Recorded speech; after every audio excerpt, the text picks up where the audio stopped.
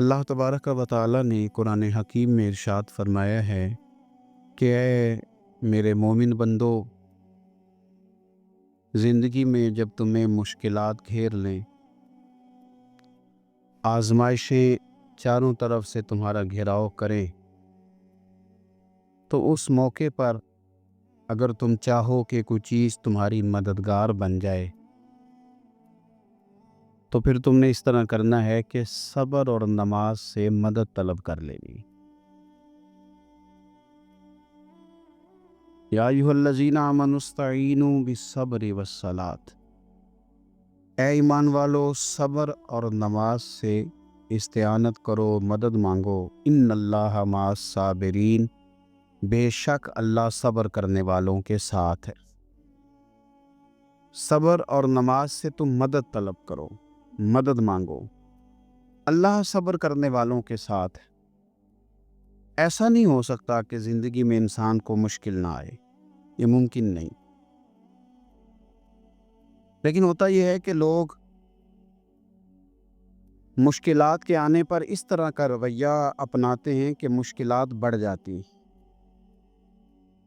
مشکل کے آنے پر جو آدمی بیمار ہو گیا تو اس نے مشکل کو اور مشکل بنا لیا۔ کسی شخص نے بڑے سخت لب و لہجے کے ساتھ آپ کے ساتھ گفتگو کی اور آپ نے جب اپنا بلڈ پریشر بہت ہائی کر کے اس کو جواب دیا تو آپ نے اس مشکل کو اور زیادہ بڑھا لیا۔ اگر زندگی میں صبر آ جائے، حوصلہ آ جائے اور انسان کو یہ بات نصیب ہو جائے کہ اس نے جو کام کرنا ہے صبر کے ساتھ کرنا، تو اس دنیا کے اندر سفر کرنے کے لیے، زندگی گزارنے کے لیے جو بہترین سواری ہے وہ صبر ہے۔ یہ ایک بہترین سواری ہے۔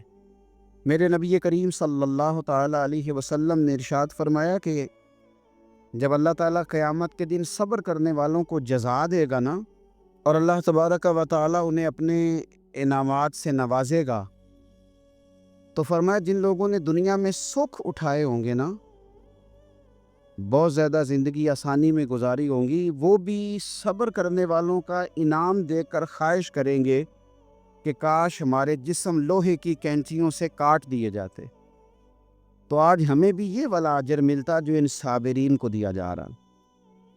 بڑی طبیعتوں میں جلد بازی، آہستہ آہستہ تلخی، اور چونکہ یہ تیز لوگوں کا زمانہ ہے تو بہت سارے لوگ جب تیزی دکھاتے ہیں، زندگی میں حوصلہ نہیں ہوتا، تو وہ کئی دفعہ نا بیچارے اپنی ہی تیزی میں الجھ جاتے ہیں۔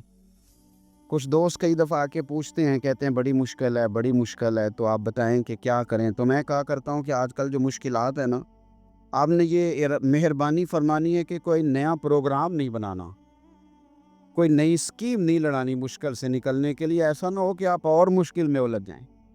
آپ اللہ تبارک و تعالیٰ پہ بھروسہ کریں اور اپنی زندگی حوصلے کے ساتھ، صبر کے ساتھ گزاریں، اطمینان کے ساتھ، اور جد و جہد کرتے رہیں، کوشش کرتے رہیں، ہمت نہیں ہاریں۔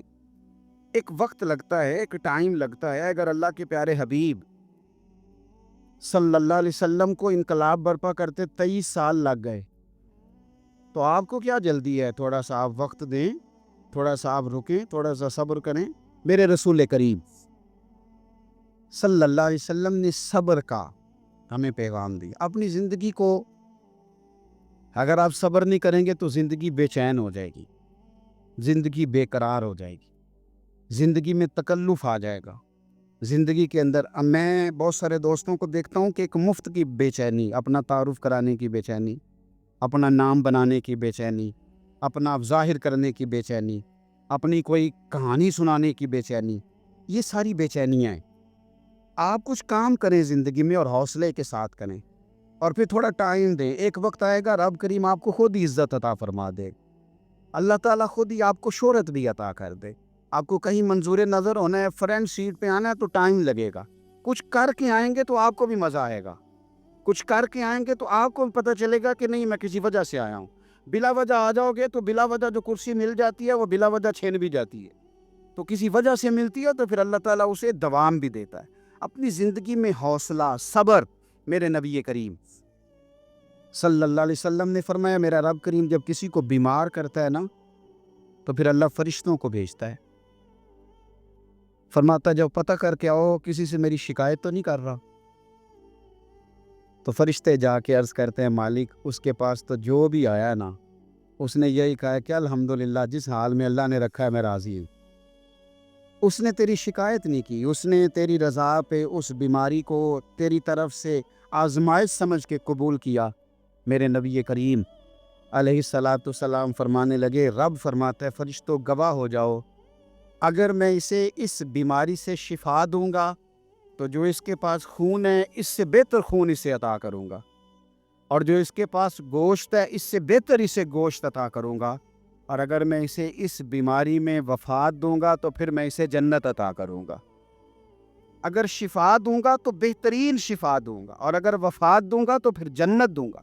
جب آپ حوصلے کے ساتھ چیزوں کو قبول کرتے ہیں، جب آپ کی طبیعت کے اندر صبر چھلکتا ہے، جب آپ کو محسوس ہوتا ہے کہ اب ہم کچھ تو حوصلہ تیزی کے ساتھ لوگوں کے اندر سے حوصلہ رخصت ہوا ہے. اور میں دیکھتا ہوں کہ شکایتیں، شکوے، پریشانیاں اور ہر بات میں لوگ یہ کہتے ہیں کہ جناب بڑی بری حالت ہے، پتہ نہیں کیا بننے والا ہے، جلدی سے کوئی معاملات ٹھیک ہو جائیں. اور بعض سنگی اس طرح کی باتیں بھی کرتے ہیں، وہ کہتے ہیں جناب میں تو نمازیں بھی 5 پڑھتا ہوں، میں تو روزانہ سویرے قرآن پاک بھی پڑھتا ہوں. تو میں اکثر پوچھتا ہوں کہ آپ قرآن پاک اس لیے پڑھتے ہیں کہ آپ کی دکان زیادہ چلے، کہ یہ اس لیے پڑھتے ہیں کہ اللہ راضی ہو جائے؟ آپ یہ تو دیکھیں کہ آپ عبادت کر رہے ہیں کہ تجارت کر رہے ہیں. ٹھیک ہے عبادت سے تلاوت سے رزق میں برکت ہوتی ہے، پر مقصود برکت نہیں، مقصود تو اللہ کو راضی کرنا ہے. تو ہم بڑی ساری جگہوں پر جلد باز ہیں. دیکھو اللہ تبارک و تعالیٰ نے ہر چیز کا ایک وقت مقرر کیا ہوا ہے، اور اپنے وقت پر وہ چیز انسان کو نصیب ہو جاتی. اگر آپ کے مزاج میں تحمل ہو، اگر آپ کی آج ٹانگ خدا نخواستہ کسی کی ٹانگ فریکچر ہو جاتی ہے تو کوئی ٹیکا ایسا نہیں بنا کہ ابھی لگے گا اور 20 منٹ کے بعد آپ اٹھ کے چلنے لگ جائیں گے. ایسا ہو سکتا نہیں. آپ کو آپریٹ کرانا ہے، 1 مہینہ دینا ہے، دوائی کھانی ہے، پٹیاں کرانی ہے، وہ اپنے وقت پہ جا کے ٹھیک ہوگی. پھر بھی آپ کو نارمل چلنے پھرنے کے لیے ٹائم دینا پڑے گا. کوئی بھی چیز ہے وہ ٹائم لیتی ہے، ہمیں جلدی بڑی ہے. میرے نبی کریم صلی اللہ تعالیٰ علیہ وآلہ وسلم نے ارشاد فرمایا کچھ لوگ ایسے ہوں گے قیامت کے دن کہ اللہ تعالیٰ کی طرف سے منادی ہوگی، اس کو امام غزالی نے احیاء العلوم میں لکھا ہے، منادی ہوگی کہ فضیلت والے لوگ کدھر ہیں؟ فرشتے پوچھیں گے فضیلت والے لوگ کدھر ہیں؟ تھوڑے سے لوگ ہوں گے جو جلدی جلدی سے اٹھیں گے اور وہ جنت کی طرف جانے لگیں گے. تو فرشتے ان سے پوچھیں گے بھئی تم فضیلت والے بھی ہو اور جلدی جلدی جنت میں جا رہے ہو، تو بتاؤ تو صحیح تم اصل میں ہو کون؟ تو وہ کہیں گے ہم وہ لوگ ہیں جن پر ظلم کیا جاتا تھا تو ہم صبر کرتے تھے، اور اگر کوئی تکلیف دیتا تھا تو ہم اسے معاف کر دیتے تھے، اور اگر کوئی جہالت کرتا تھا تو ہم جواب میں بردباری کرتے تھے. بس اس کی برکت سے اللہ نے فضیلت والے بھی بنا دیا ہے اور جنت بھی عطا کی جا رہی. تو اگر آپ میں نہ درگزر ہے نہ حوصلہ ہے، دیکھیں مفسرین کرام نے اور سیرت نگاروں نے ایک بحث چھیڑی ہے کہ اللہ تعالیٰ نے فتح مکہ پہ غلبہ میرے نبی کریم علیہ السلام کو عطا فرمایا. مفسرین کہتے ہیں کہ بتاؤ اگر غلبہ اہل مکہ کو ہوتا تو پھر وہ کیا کرتے؟ اگر خدا نہ خواستہ ان کی طرف معاملات جاتے تو کیا حال ہوتا؟ اب حضور آئے ہیں مکہ مکرمہ کے اندر فاتح بن کے. کئی دفعہ نہ سکھ بھول جاتے ہیں، دکھ نہیں بھولتے. کسی کمرے سے آپ ڈر گئے ہو نا کسی وقت، تو آپ دوبارہ جب بھی اس کمرے میں جائیں وہ ایک چھوٹا سا خوف ضرور محسوس ہوتا ہے. کسی بندے نے تلخ بات کی ہو نا تو وہ پوری طرح بندہ اس کو بھلا نہیں سکتا، کبھی نہ کبھی وہ بات دوبارہ یاد، وہ بندہ سامنے آئے یا وہ مقام ہی سامنے آئے. تو اہل مکہ نے تو کوئی کسر نہیں چھوڑی تھی، قریش نے رعد کر دی تھی. اب سرکار گھوڑے پہ بیٹھے ہیں اور سارے ہاتھ باندھے سامنے کھڑے ہیں، تو ساری چیزیں میرے نبی پاک کے سامنے، لیکن ذرا میرے محبوب کا صبر دیکھنا. پوچھا جا رہا ہے کہ یا رسول اللہ آپ کیا سلوک کریں گے؟ تو حضور نے کیا فرمایا؟ فرمایا وہ سلوک کروں گا جو جناب یوسف نے اپنے بھائیوں کے ساتھ کیا تھا. حضرت یوسف نے کیا سلوک کیا تھا؟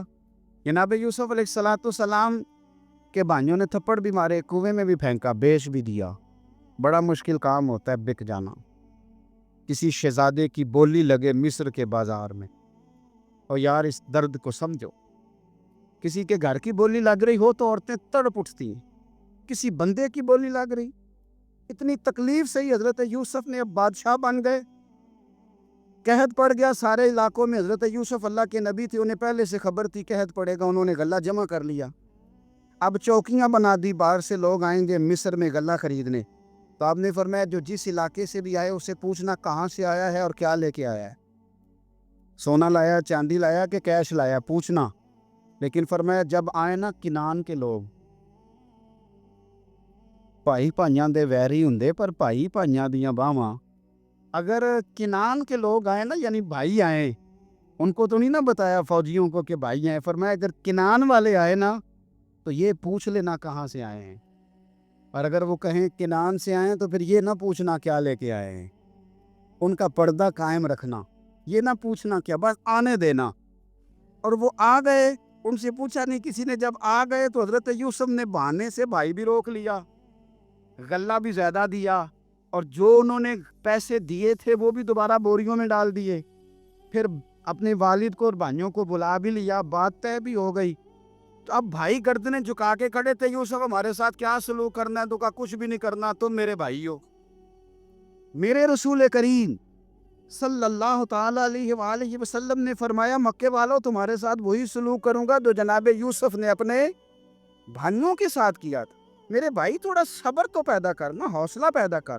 پہلے حضرت یوسف بھائی تھے، اور جب جناب یوسف نے معاف کیا تو پھر بھائی سجدوں میں گر گئے، پھر کیفیت اور ہو گئی۔ اس زمانے میں سجدہ تعظیمی جائز تھا، تو وہ تعظیم کرنے لگے۔ جب آپ نے صبر ہوتا ہے تو لوگ آپ کی تعظیم کرنے لگتے ہیں، آپ کی عزت بننے لگتی، آپ کا وقار بڑا ہوتا۔ سنو، حضرت یحییٰ بن معاذ رحمۃ اللہ تعالی علیہ فرماتے ہیں میرا رب میری دعائیں بڑی قبول کرتا تھا، میں جو اپنے مالک کی بارگاہ میں عرض کرتا میرا اللہ قبول فرما لیتا۔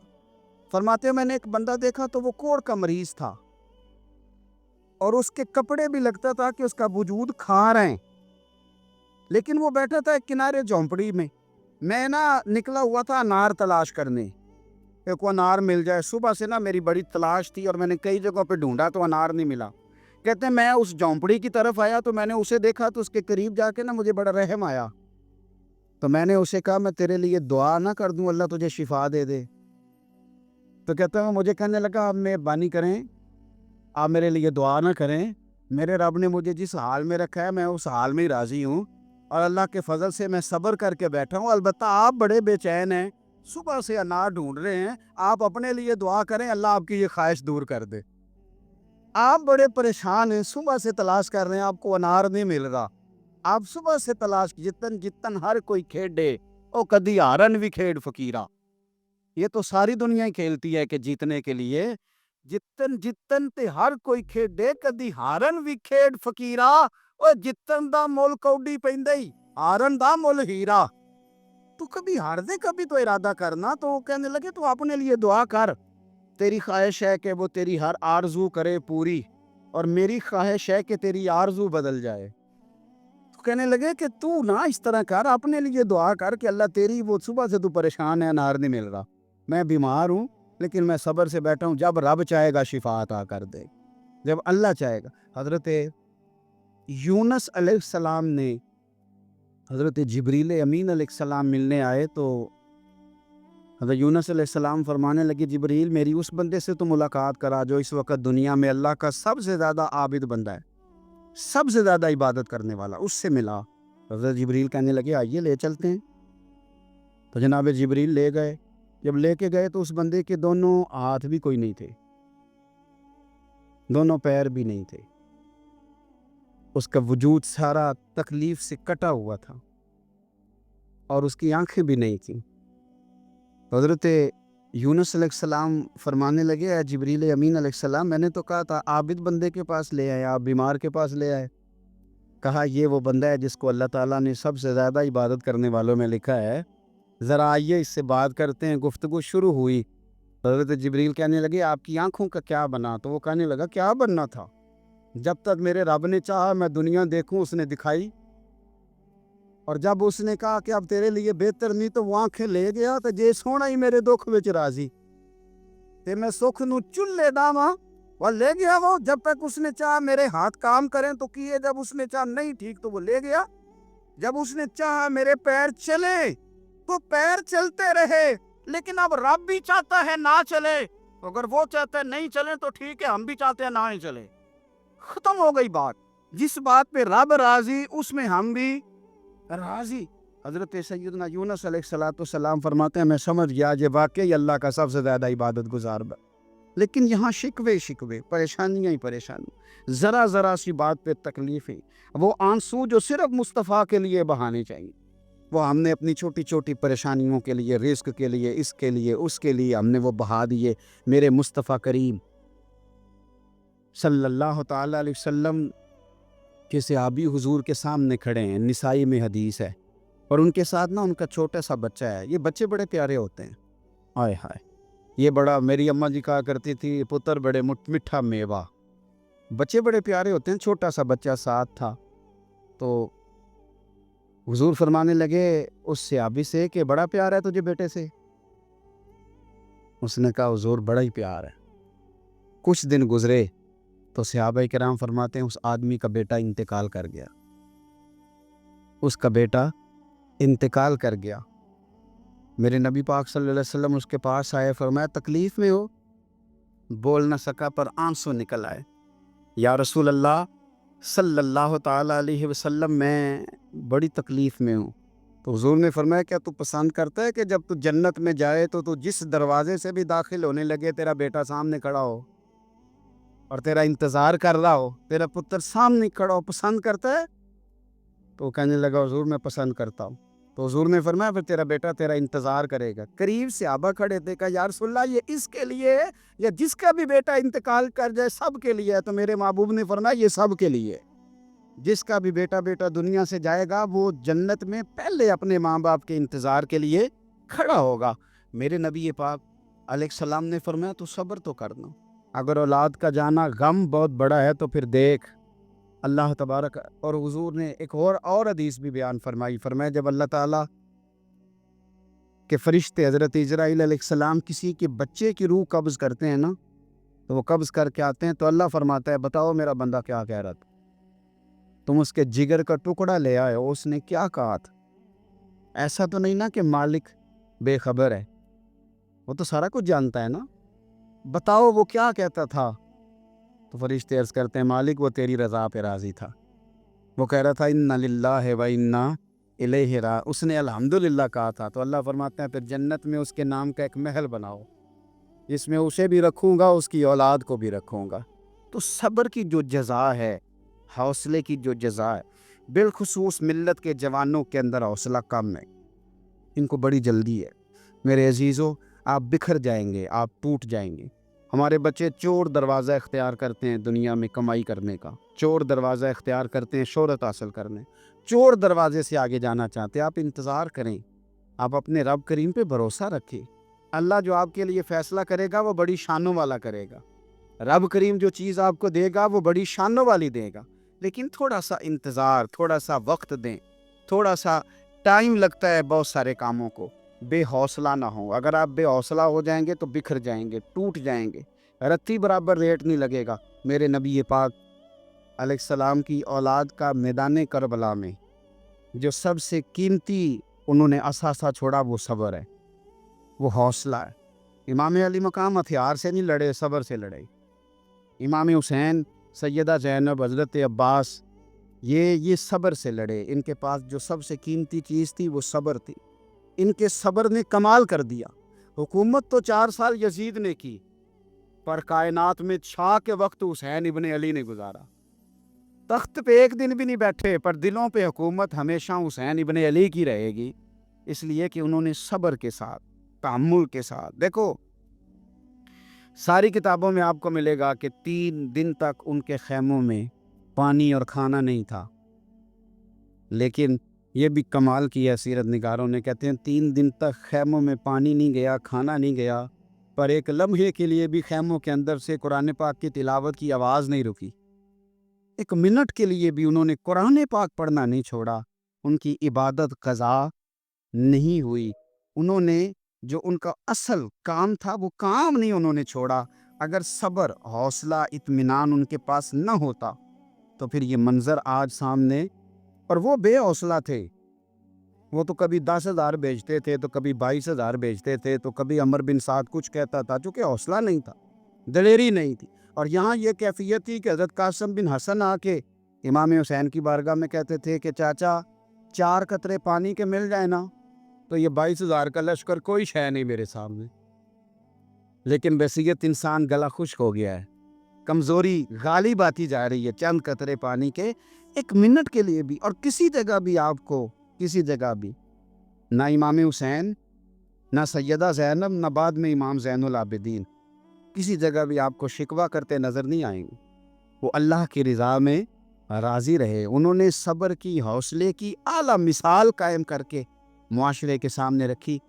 اپنے آپ کو تھوڑا سا کھڑا کریں.